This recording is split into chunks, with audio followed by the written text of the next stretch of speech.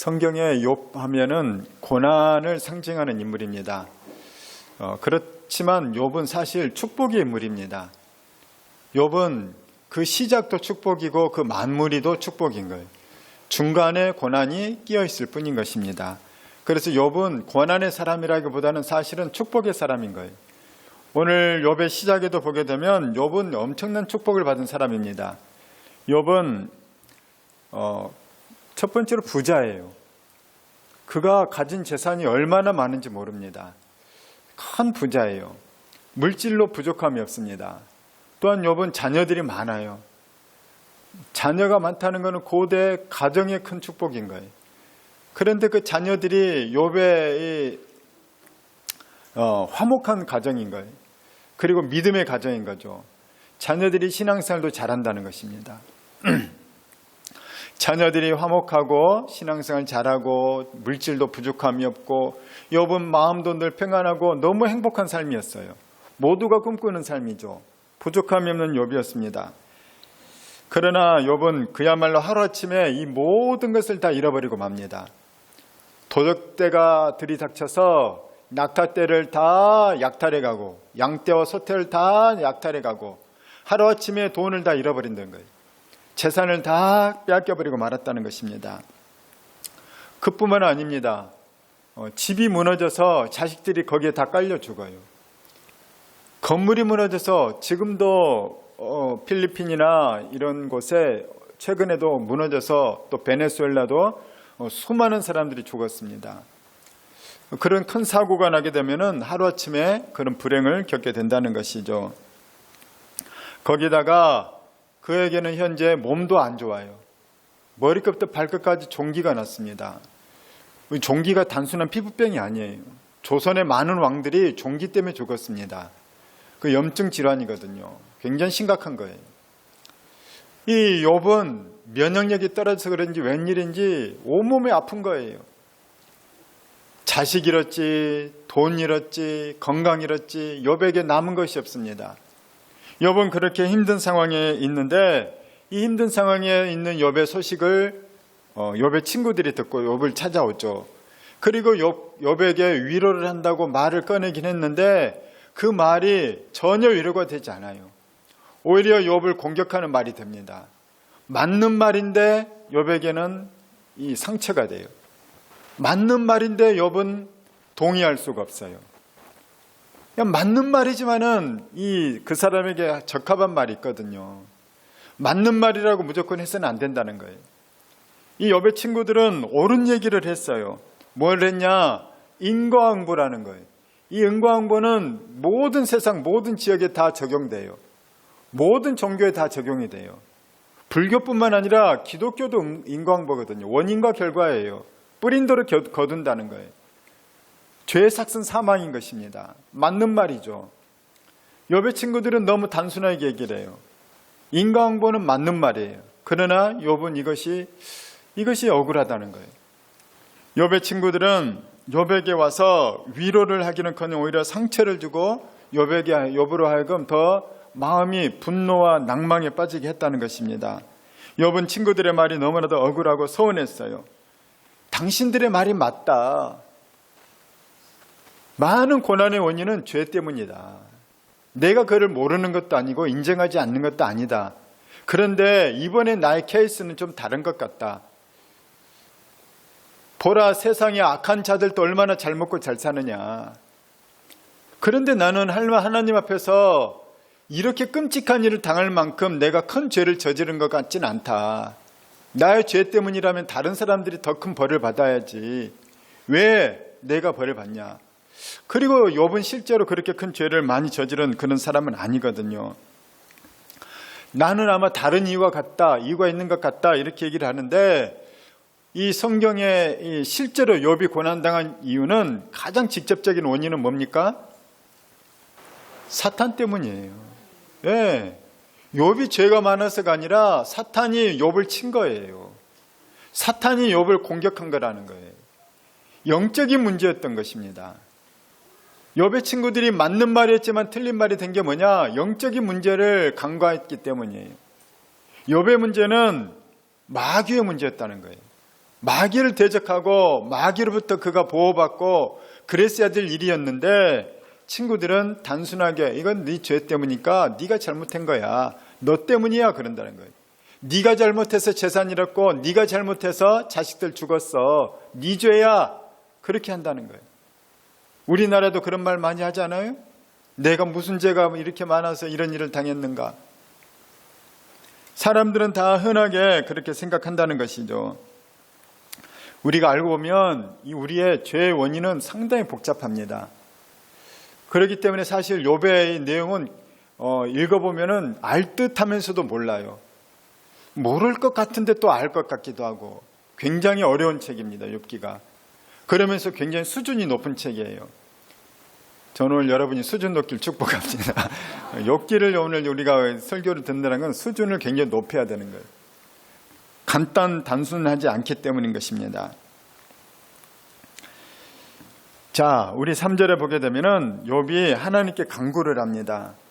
하나님, 제발 저는 하나님 만나고 싶습니다. 하나님께 드릴 말씀이 있어요.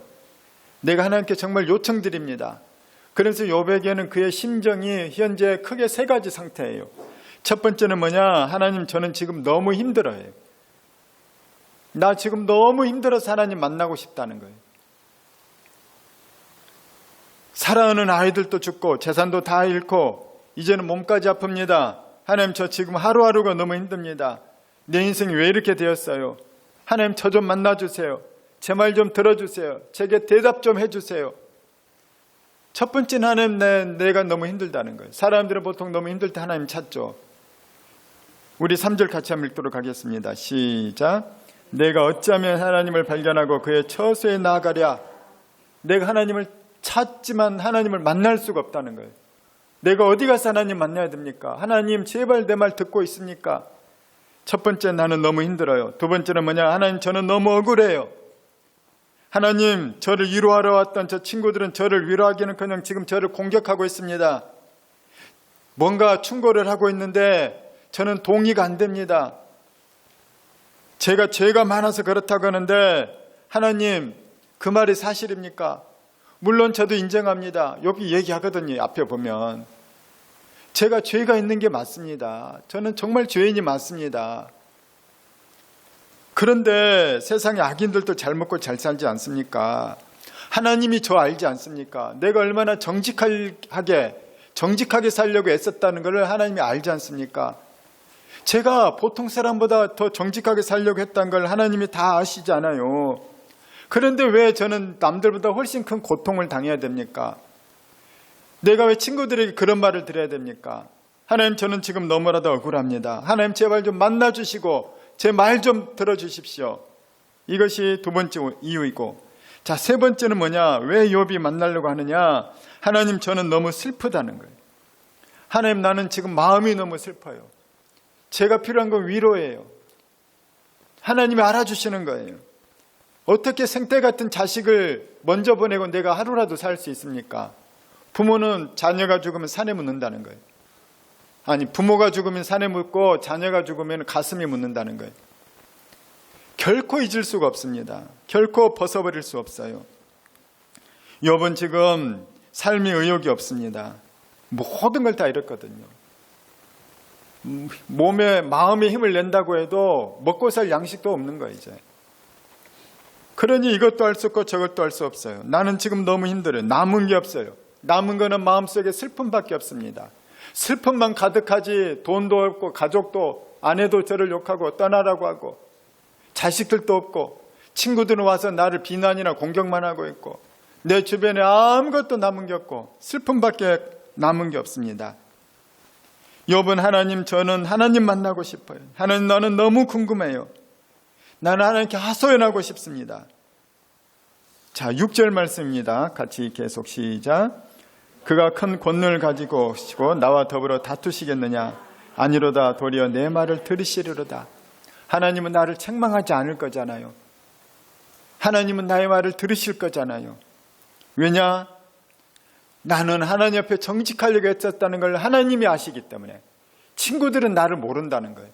내가 얼마나 하나님 앞에 바르게 살려고 애썼는지, 내가 죄를 짓지 않으려고 애썼는지, 저자들은 모르지만 하나님은 아시잖아요. 마음속도 아시고 삶의 모든 걸 아시잖아요. 그 내용이 7절입니다. 시작. 거기서는 정직한 자가 그와 변론할 수 있은즉 내가 심판자에게서 영원히 벗어나리라.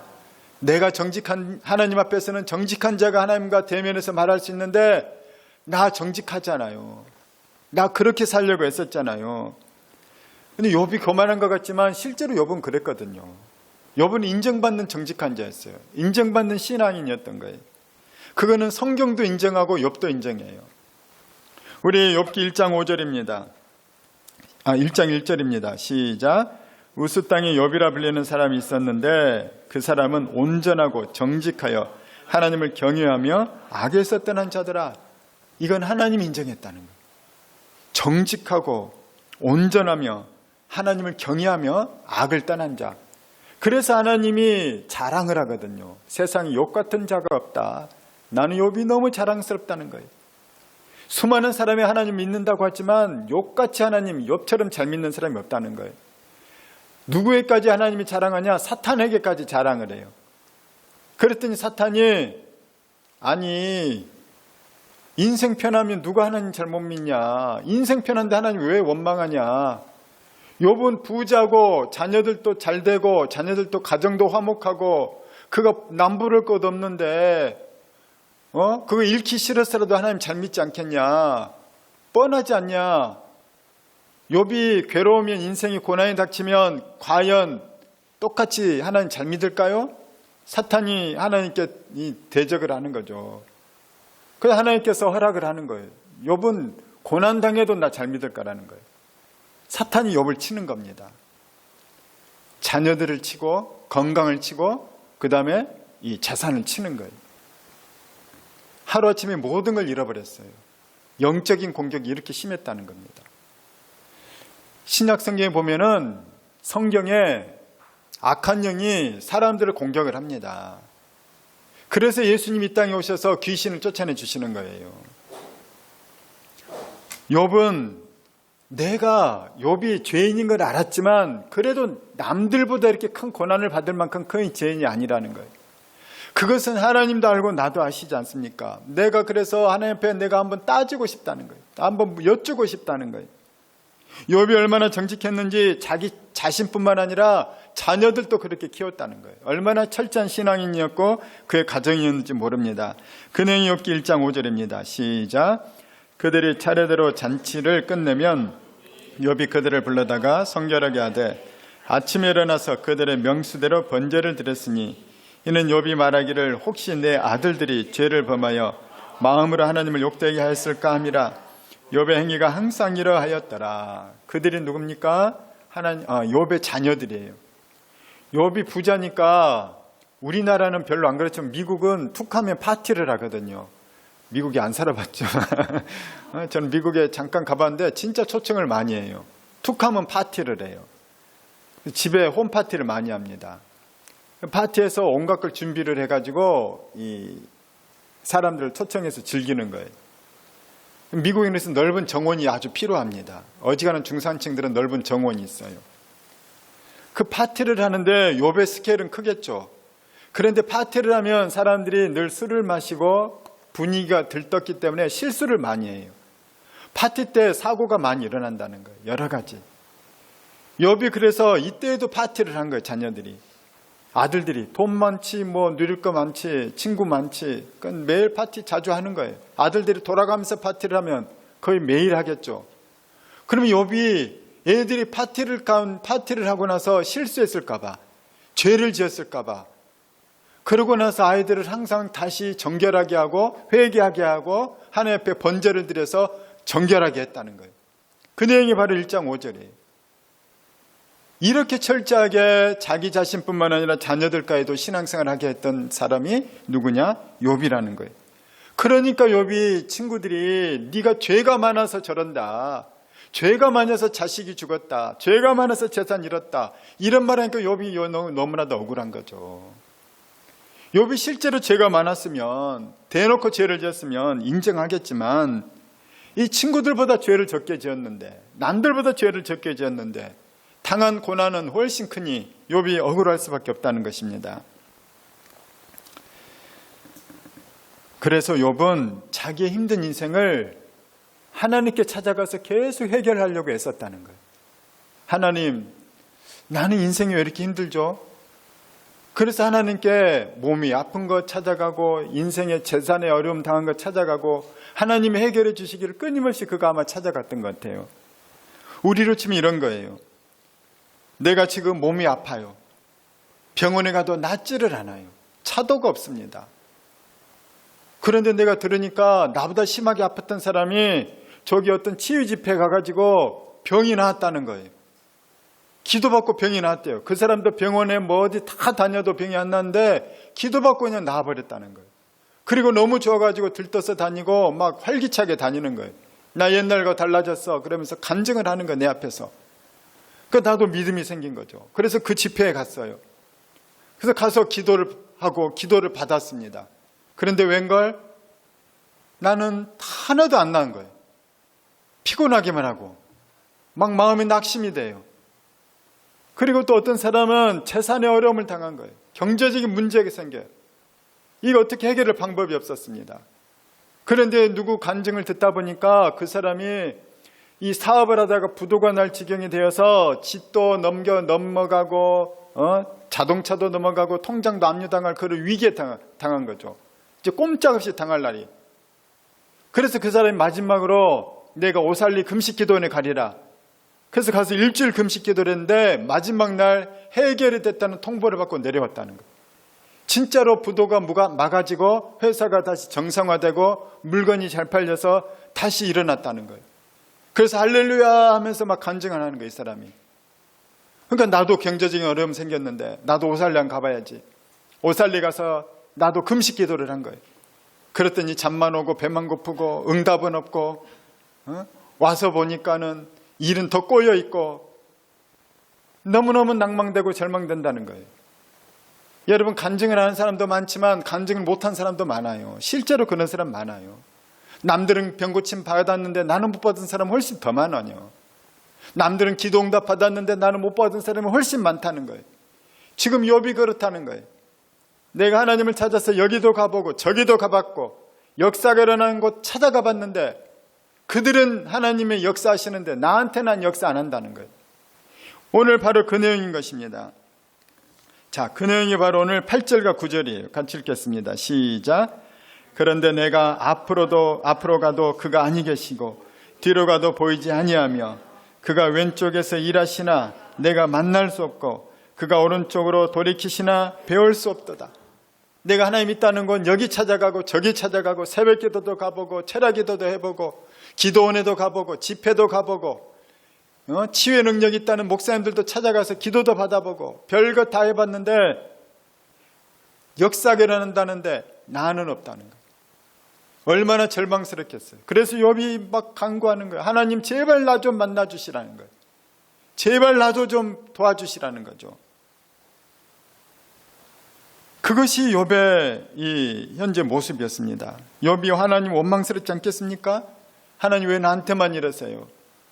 남들은 능력도 베푸시고 은혜도 베푸시고 축복도 베푸시는데 왜 나만 이래요? 왜 나만 안 만나주세요? 이 정도면 욥이 하나님을 원망하고 하나님을 떠날 수도 있지 않습니까? 하나님이 나를 안 만나주시니 나도 이제 하나님 떠나겠습니다. 하나님 나를 이렇게 외면하시니 나도 이제 하나님 외면할 겁니다. 이제는 나도 화가 납니다. 나도 하나님께 실망했습니다. 욥이 얼마든지 이렇게 말할 수 있고 이렇게 얼마든지 떠날 수 있을 거예요. 그러나 욥은 그렇지 않다는 거예요. 자기 아내가 하나님 원망하고 죽어버려라 이런 말 했을 때도 주신이도 여호와시오 거두신도 여호와시니 내가 여호와를 찬송할 거다 그러면서 욥은 끝까지 믿음을 지켰거든요. 욥의 태도예요. 오늘 욥기의 위대한 점은 바로 오늘 10절 말씀이에요. 욥기의 가장 위대한 면은 우리에게 주는 메시지는 이거예요. 고난의 원인은 다양하다는 거예요. 고난이 왜 당장 해결되지 않는 이유는 우리는 모른다는 거예요. 그러나 원인을 몰라도 고난이 해결되지 않아도 욥처럼 신앙생활을 하라는 거예요. 욥처럼 믿으라는 거예요. 그런 사람은 결국 축복이 그의 것이라는 거죠. 그런 사람 결국은 하나님께서 만나주시고 하나님께서 은혜 베푸신다는 겁니다. 할렐루야. 욥은 이 욥기책은 성경에서 우리에게 진정한 신앙생활이 무엇인가를 가르쳐주는 아주 위대한 책인 거예요. 그래서 기도하면 바로 해결되고 뭐 하면 바로 되고 하나님이 자판기처럼 하시면 인생에 깊이가 없는 거예요. 그는 인생이 뭔지를 모르는 것이에요. 영적인 삶이 뭔지를 모르는 거예요. 신앙생활이 무엇인지를 모른다는 것입니다. 많은 사람이 하나님을 오해하기 때문에 하나님을 떠나는 거예요. 많은 사람이 하나님을 알지를 못해요. 하나님이 어떤 분이신지, 하나님 우리에게 뭘 진짜 주기를 원하시는지. 여러분, 고난이 왜 생깁니까? 역사 인류 이래로 수많은 사람들이 고난의 원인을 찾아봤어요. 대표적으로 이 석가모니가 찾았죠. 왜 인간에게는 생로병사의 고통이 있는가? 그 고통의 문제를 해결하려고 석가모니가 돌을 닦다가 불교를 만든 거예요. 그러나 그가 보리수 아래에서 뱀이 있었거든요. 뱀이 잘못 가르쳐 준 거예요. 뱀에게 미혹당한 거예요. 그런데 사람들은 그 불교 철학 거기에서 심취해가지고 맞는 말을 많이 하거든요. 근데 진리는 100% 다 틀린 말만 하는 게 아니에요. 99가지 맞는 말 하다가 결정적인 거 한두 마디를 틀린 말을 해요. 그게 바로 이 사탄의 속임수예요. 세상의 고통과 고난의 원인은 가장 근원은 아담과 하와의 타락 때문이에요. 타락으로 인해서 죄가 들어왔기 때문에 인생에게는 누구에게나 고난이 들어오는 시스템이 생겨버린 거예요. 세상의 풀과 덩풀이 덤풀을 내고 인간은 땀을 흘려야 먹을 걸 얻는 거예요. 서로 미움과 다툼과 시기, 질투가 가득하게 돼버렸어요. 살인이 가득하게 됐어요. 죄가 들어왔기 때문이에요. 타락 때문인 거예요. 그래서 인간에게는 내가 아무리 옳게 살아도 이 세상 사는 동안엔 다 고난과 고통이 있는 거예요. 오히려 악인이 떵떵거리며 살기도 하는 그런 불합리함이 있는 거예요. 타락한 세상에서는. 그래서 하나님이 이 땅은 아니라는 거예요. 이 땅은 망한다는 거예요. 천국에 가면 온전한 회복이 있고 천국에 가면 온전한 정의가 있는 것이지 이 땅에서는 끊임없는 갈등이 있고 끊임없는 투쟁이 있고 끊임없는 불합리함이 있는 거예요. 또 정의도 있기도 해요. 이것들이 막 섞여 있는 것이 세상인 거예요. 그래서 세상을 우리가 쉽게 이해할 수 없는 것이죠. 그런 세상에 살기 때문에 우리 인생도 고난의 문제도 쉽게 단순하게 표현할 수가 없다는 겁니다. 그러나 가장 단순하게 얘기하면 타락 때문에, 죄 때문에. 그런데 이제 각계로 들어가면, 세부적으로 들어가면 원인들이 아주 다양하다는 거예요. 다른 사람 때문에, 누구 친구 잘못 만나서, 내가 내 마음 관리 못해서, 내가 몸 관리 못해서, 내가 그때 판단 미스를 해서, 내가 그때 영적으로 미혹되어서, 마귀가 나를 공격해서, 이유는 너무너무 다양하다는 거예요. 그렇기 때문에 고난과 고통의 원인은 쉽게 속단할 수가 없다는 것입니다. 저는 우리가 좀 더 성숙하고 깊이 있는 사람 되길 축원합니다. 그래서 다른 사람을 쉽게 속단하고 판단하지 마십시오. 다른 사람에 대해서 그래서 우리에게 더 필요한 게 뭐냐? 많은 상담학자가 제일 중요한 게 뭐라고 하냐면 경청이라고 해요. 경청. 상대방의 말을 듣고 이해하는 거예요. 그 사람의 상황에 대해서 이해하는 거예요. 인생에 대해서 이해하는 거예요. 그럴 때 올바른 조언을 해줄 수 있고 충고까지도 해줄 수 있는 것입니다. 그런데 듣지 않고 무조건 충고하고 듣지 않고 무조건 판단하고 그러면 욥처럼 억울한 사람들이 생긴다는 거예요.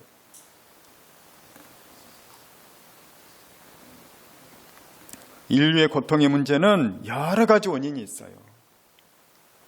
얽히고 설켜 있는 그 복잡한 관계 가운데 있다는 것입니다. 그래서 쉽게 답을 줄 수가 없는 거예요. 쉽게 답을 주면 타락 때문이다. 그런데 그건 너무 애매하거든요. 너무 모호한 거예요. 맞는 말인데 와닿진 않죠. 그런데 어떤 사람은 이건 네가 엊그제 이런 죄를 지었기 때문이야. 실제로 그런 사람이 있어요. 그 사람을 회개해야 되는 거예요. 어떤 사람 네가 영적으로 공격당하기 때문이야. 그래서 영적인 보호를 받고 축사를 해야 되는 거예요. 어떤 사람은 네가 삶의 습관이 안 좋기 때문이야. 삶의 습관을 고쳐야 돼요. 어떤 사람은 네가 마음의 태도가 안 좋기 때문이야. 그 마음가짐을 바꿔야 되는 거예요. 원인이 다양하거든요. 그런 것에 대해서는 우리가 기도하면서 잘 들으면서 성령님 인도 가운데 또 큐티 가운데 말씀 공부 가운데 이런 것들 찾아가야 되는 것인 거예요. 그런데 우리가 고통과 고난의 문제가 있을 때 이 문제가 있는데 그게 뭐냐면은 많은 사람들이 이런 시험에 든다는 거예요. 무슨 시험에 드냐면 단순화시켜서 하나님이 나를 사랑한다면서요. 하나님 모든 걸 지켜보고 계신다면서요. 내가 이렇게 힘든데 하나님 나 이렇게 사랑한다면서 왜 나를 이런 진창에 던져주시는 거예요? 왜 나를 이런 고난과 고통 가운데서 건져주지 않고 내가 울고 있어도 하나님이 위로해 주지도 않고 홀로 내버려 두시는 겁니까? 내가 얼마나 아파야 됩니까? 내가 이러다 죽어야 끝나는 겁니까? 하나님 도대체 왜 나는 도와주지 않아요? 왜 나만 이렇게 놔두시는 거예요? 사랑한다면서요. 이렇게 우리는 항변할 수 있다는 것입니다. 그런데 우리는 여기에서 중요한 걸 알아야 돼요. 뭐냐면 인간은 고통을 너무 괴롭기 때문에 우리의 최고의 관심은 뭐냐면 빨리 고통에서 벗어나는 거예요. 인간은 빨리 고통에서 벗어나는 게 우리의 주된 관심사예요. 그런데 하나님의 주된 관심사는 뭔지 압니까? 하나님은 그게 주된 관심사가 아니에요. 너 빨리 고통에서 벗어나는 게 문제가 아니에요. 빨리 벗어나게 해봤자 네가 변화되지 않으면 또 거기에 빠지는 거거든요. 어떤 사람이 도박빚을 졌어요. 부모에게 손을 벌려요. 그런데 부모가 나 도박빚 때문에 미치겠어요. 저 조폭들이 나 죽이려고 그래요. 빨리 돈 주세요. 부모가 자식이 불쌍해서 돈 줘요. 그럼 돈 갚고 나서 도박판에 또 가거든요. 집문서 내주면 또 집문서 팔아가지고 도박빚 갚고 나서 또 도박빚 또 가는 거예요. 그 사람 변화돼야 돼요. 그래서 제대로 된 마음이 좀 모질렸긴 해야 되는데 자녀를 제대로 변화시키려면 도박빚 안 갚아줘야 돼요. 그것 때문에 죽을 고생해야 되는 거예요. 감옥에 가기도 해야 되는 거예요. 우리 모 국회의원이 자기 아들 마약했다고 신고했어요. 끊임없이 도와줬거든요. 이렇게도 해보고 저렇게도 해보고 달래도 보고 얼려도 보고. 그런데 마약을 끊을 수가 없어요. 그래서 차라리 신고하고 마약 센터로 들어가서 치료받으라는 거예요. 네가 그래야 사람 된다는 거죠. 하나님께서는 우리는 빨리 고통이 끝나기를 원하지만 하나님께서 우리가 변화되기를 원하신다는 거예요. 우리가 성장하기를 원하신다는 거예요. 그런데 우리와 하나님의 기준은 다르다는 것입니다. 욥의 기준으로는 나 정도면 괜찮다는 거예요. 나 정도면 고난 안 당해도 돼. 나 정도면 훌륭하지. 그런데 하나님은 욥에게도 고난을 허락하신다는 거예요. 그런데 욥은 얼마나 훌륭하냐면 그 고난 가운데서 내가 신앙을 흔들리는 게 아니라 하나님을 끝까지 신뢰한다는 것입니다. 하나님께서는 분명히 나를 인도하실 거야. 지금 나를 더 다듬어가는 과정이야. 나는 부족해. 알고 보면 나는 부족해. 내가 남들보단 정직했고 남들보단 하나님 잘 믿었지만 나는 나를 알아. 하나님이 나를 연단하시는 거야. 하나님 분명히 선하고 좋으신 분이기 때문에 나를 더 멋지게 나오게 하실 거야. 그 내용이 바로 10절 내용입니다. 같이 읽겠습니다. 시작. 그러나 내가 가는 길을 그가 하시나니 그가 나를 단련하신 후에는 내가 순금같이 되어 나오리라. 성경에도 창세기를 보면 창세기 열매라고 하는 사람이 있어요. 열매, 창세기 열매. 아브라함, 이삭, 야곱, 요셉 중에 누가 제일 훌륭한 사람인지 아세요? 다 훌륭하지만 그 모든 면에서 가장 완벽한 사람이 누구냐면 요셉이에요. 요셉. 제일 뛰어난 사람이에요. 어릴 때부터 요셉은 굉장히 정직했어요. 물론 너무 정직했어요. 너무 정직해서 형들이 잘못하면 아빠에게 그대로 사실대로 고했어요. 숨기지 않고. 너무 정직해서. 아빠, 형이 오늘 어떤 거 훔쳤어. 큰형이 둘째형 때렸어. 막 있는 그대로 얘기한 거예요. 너무 정직해서. 욥은 너무 정직해서 자기가 꿈꾼 얘기도 해요. 해달별이 나한테 저랬어요. 엄마 아빠의 볕단, 형들의 볕단이 나한테 저랬어요. 이게 해석 안 해도 알잖아요. 부모가 자기한테 절할 만큼 자기가 높아진다는 거거든요. 근데 요셉은 이걸 숨기지 않아요. 너무 정직해서. 욥은 그렇게 정직한 아이였어요. 아니, 욥이 아니라 요셉은. 그런데 요셉이 진짜 훌륭한 게 뭔지 압니까? 형들에게 억울하게 죽임을 당할 뻔했다가 노예로 팔려가지고 부잣집 도련님이었거든요. 가장 사랑받는 도련님이었어요. 제일 좋은 옷 입고 살았거든요. 그런데 그 부잣집 도련님이 하루아침 노예가 된 거예요. 이 보디발 시대장의 집에 노예가 됐어요. 그런데 거기서 내 인생 끝났어, 나 우울증이야, 나 상처받았어 이러면서 그가 누워있고 좌절하는 게 아니라 성실한 가정 총무가 돼요. 일을 하나 맡기면 잘한다는 거예요. 아니, 내가 이런 일 할 사람인가 그러지 않고 그냥 그 자리에서 열심히 해요. 더 놀라운 건 뭐냐?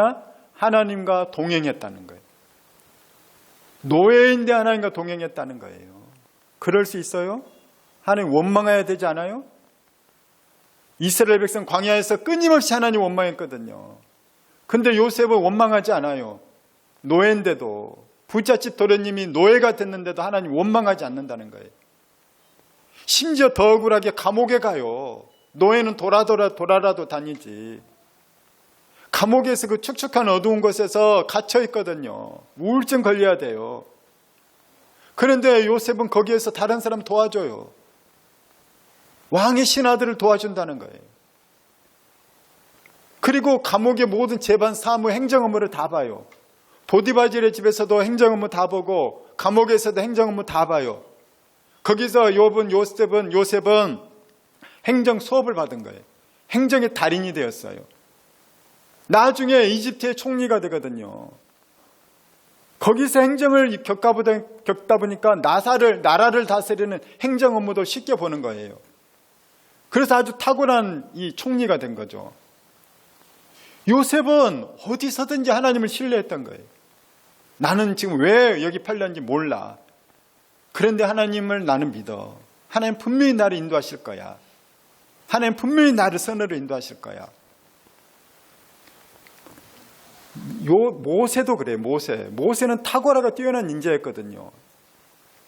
이집트의 이 모든 최고의 엘리트 교육을 다 받았어요. 그 정도면 이스라엘을 이끌 수 있는 리더거든요.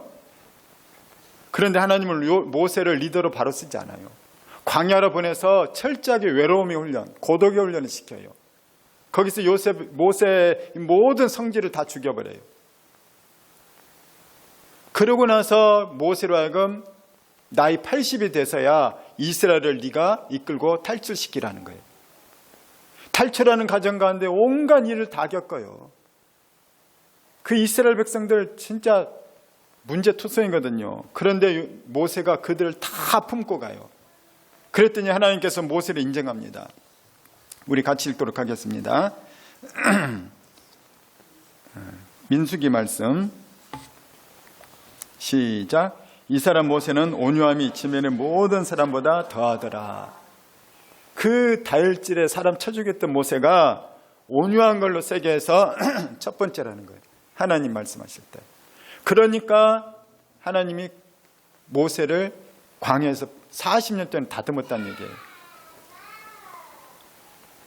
다윗도 마찬가지예요. 다윗이 이미 소년 때 완성된 인물이에요. 다윗은 어릴 때부터 주야로 말씀 묵상하던 말씀의 어린이였어요. 말씀으로 말씀 묵상하는 어린이. 청소년 때는 얼마나 용감했는지 하나님을 모욕한다고 골리앗과 싸워버려요. 여러분 그럴 수 있어요? 우리 회사 사장님이 하나님 모욕한다 사장님하고 싸울 수 있어요? 골리앗은 사장님보다 더 무서운 분이에요. 그런데 다윗은 골리앗과 싸우는 거예요. 그리고 진짜로 믿음으로 이겨버려요. 하나님의 손길이 함께 했죠. 그게 소년 시절, 청소년 시절의 다윗이었어요.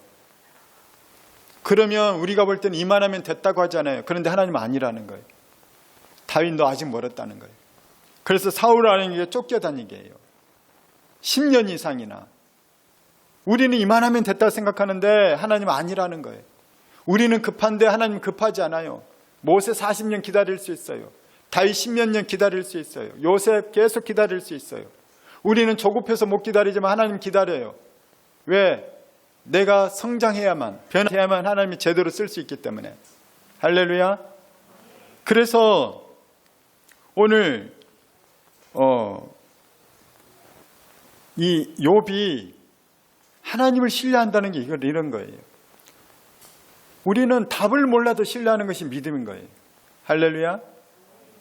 욥은 답을 몰랐어요. 모세도 답을 몰랐어요. 다윗도 답을 몰랐어요. 왜 그러는지 몰랐어요. 이유를 몰랐어요. 이유는 모르는데 하나님은 알아요. 내가 이유는 모르는데 하나님이 얼마나 나를 사랑하는지, 하나님이 얼마나 신실한 분인지 그거는 안다는 거예요.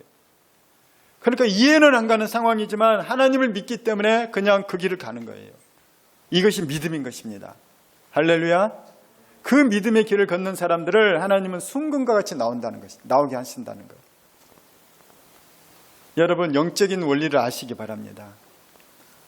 세상의 모든 것은 환경이 좋을 때 잘 자라가게 돼요.